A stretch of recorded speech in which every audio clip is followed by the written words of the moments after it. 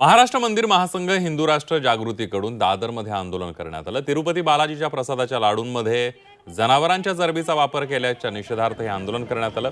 मंदिराचं सरकारीकरण रद्द करा, सर्व हिंदू मंदिरातील प्रसादामध्ये हलाल उत्पादनांच्या वापरावर निर्बंध लावा अशी मागणी करण्यात आली आहे। याचा आढावा घेतला आमच्या प्रतिनिधी मनश्री पाठक यांनी। तिरुपती बालाजी मंदिरातील प्रसादावरून आता देशभरामध्ये खळबळ माजलेली आहे आणि या संदर्भातच आता हिंदू जनजागृती समितीने आंदोलन सुद्धा पुकारलेलं आहे। त्यांचं नेमकं म्हणणं काय आपण जाणून घेतोय। जर हिंदू राष्ट्र जागृतीकडून हे आंदोलन केलं जाते, तुमची प्रमुख मागणी आहे की मंदिरांचं सरकारीकरण हे रद्द करा। बरोबर आहे। मंदिर महासंघ महाराष्ट्र यांच्यातर्फे आम्ही हे आंदोलन करत आहोत।